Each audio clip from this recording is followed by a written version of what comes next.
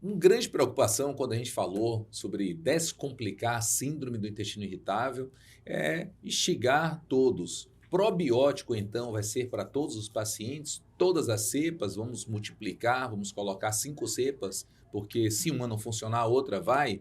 Professor Barbucci, então vamos dar probiótico agora para todos os pacientes?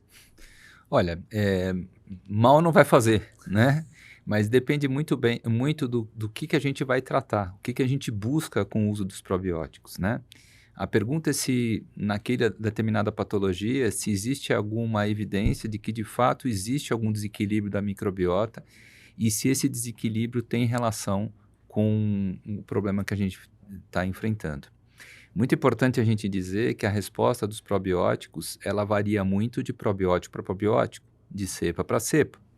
Importante é de dizer, por exemplo, a gente sempre dá o exemplo de um Lactobacillus acidófilos X comparado com Lactobacillus acidófilos Y, mesmo gênero e espécie, mas cepas diferentes, RGs diferentes, CPFs diferentes. A semelhança que esses lactobacilos têm pode ser a mesma que você tem com uma palmeira ou com um peixe.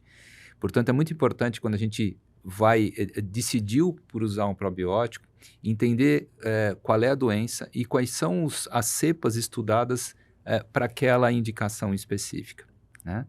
Às vezes a gente também tem a falsa impressão de que quanto mais cepas, melhor. A resposta é não, isso não é verdade. Lembrando que os probióticos, eles não são medicamentos, né? Eles são organismos vivos ou micro-organismos vivos que, quando consumidos em quantidades adequadas, fazem bem para a gente. E por serem micro-organismos vivos, eles precisam se alimentar, eles precisam sobreviver no meio que eles estão. Então, quanto mais cepas eu coloco junto, maior é a chance da gente ter interação entre essas cepas.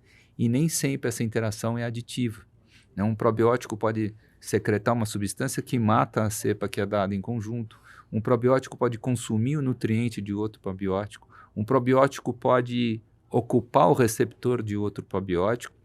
E isso interfere, então, nos resultados que a gente tem com a suplementação. É importante a gente também mencionar que nem todos os probióticos benéficos para determinada situação clínica são benéficos em todos os lugares do planeta. Existem probióticos que vão muito bem em climas mais temperados, outros vão melhor em clima quente. Alguns probióticos não podem ser transportados de avião, por exemplo, porque a pressão atmosférica os mata. Dependendo de como essas cepas probióticas são colocadas em conjunto, de como elas são manipuladas, no que diz respeito à temperatura, pressão e umidade envolvida na confecção, por exemplo, da cápsula, isso pode interferir na viabilidade desses probióticos. Importante a gente ter em mente que várias cepas vão muito bem, por exemplo, como o leite fermentado, outras vão bem como iogurte, outras vão bem como poliofilizado, e nem sempre tudo funciona do mesmo jeito, independentemente de como essas cepas são apresentadas para a gente. O fato é que para cada situação clínica existe uma cepa ou combinação de cepas que foram mais estudadas para esse fim e que, portanto, a chance do meu paciente de responder é melhor quando eu direciono o tipo de cepa para cada doença. Outra coisa interessante e importante de mencionar é que também a associação de probióticos com prebióticos nem sempre é benéfica, né?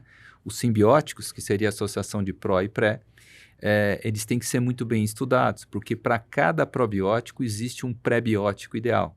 É possível nós calcularmos, por exemplo, o índice prebiótico de vários probióticos. Se eu suplemento determinada cepa com um prebiótico inadequado, esse prebiótico pode estimular o crescimento de uma outra cepa que vai competir com a minha e interferir diretamente no efeito da suplementação. Outra coisa é que o efeito probiótico ele acontece enquanto o probiótico é suplementado. Portanto, para doenças agudas, a suplementação pode ser temporária, né? Mas para doenças crônicas, a suplementação também tem que ser crônica. E uma coisa importante é que se o paciente responde bem a determinada cepa ou combinações de cepas, não há necessidade de a gente ficar trocando uma cepa por outra, pensando que eventualmente o probiótico vai deixar de funcionar. Pode até acontecer dele não funcionar tão bem, dependendo do que acontece ao redor. Ou seja, eu estou suplementando o probiótico e mais 2 medicamentos. Esses medicamentos são retirados ou são acrescentados outros. Pode ser que isso interfira no resultado da cepa ou do conjunto de cepas dado. Então, tudo isso precisa ser levado em consideração quando a gente vai prescrever o probiótico e quando a gente vai escolher especificamente a cepa ou combinação de cepas que a gente vai suplementar para os pacientes. Então, o que é muito interessante, nós temos que escolher a cepa, temos que escolher a forma com que a gente vai estar utilizando, a origem dessa cepa, como ela realmente veio, quais são os estudos e a associação com essa cepa e para que paciente que nós vamos querer e para que momento de vida que esse paciente possa se beneficiar. Por isso que a gente tem que ter o cuidado hoje com o que nós chamamos de psicobióticos, aquilo para a gente poder ter realmente a luz da literatura para utilizar realmente aquilo que tem evidência, para a gente poder dar para o paciente a melhor qualidade de vida e fazer a diferença realmente. E lembrando que isso é uma suplementação, isso é adicional ao paciente. Só uma outra coisa a ser considerada, que o efeito do probiótico ele pode demorar um pouco para aparecer. Do mesmo jeito que com antiespasmódicos na síndrome irritável, eu tenho que esperar 4, 6 semanas para ver se esse antiespasmódico está sendo legal ou não para o meu paciente. Mesma coisa com relação aos probióticos. Espere 4 a 6 semanas para ver se aquela cepa realmente ajuda o teu paciente ou não ajuda antes de que haja necessidade de trocar a cepa. E é uma modulação intestinal que a gente quer. Justamente.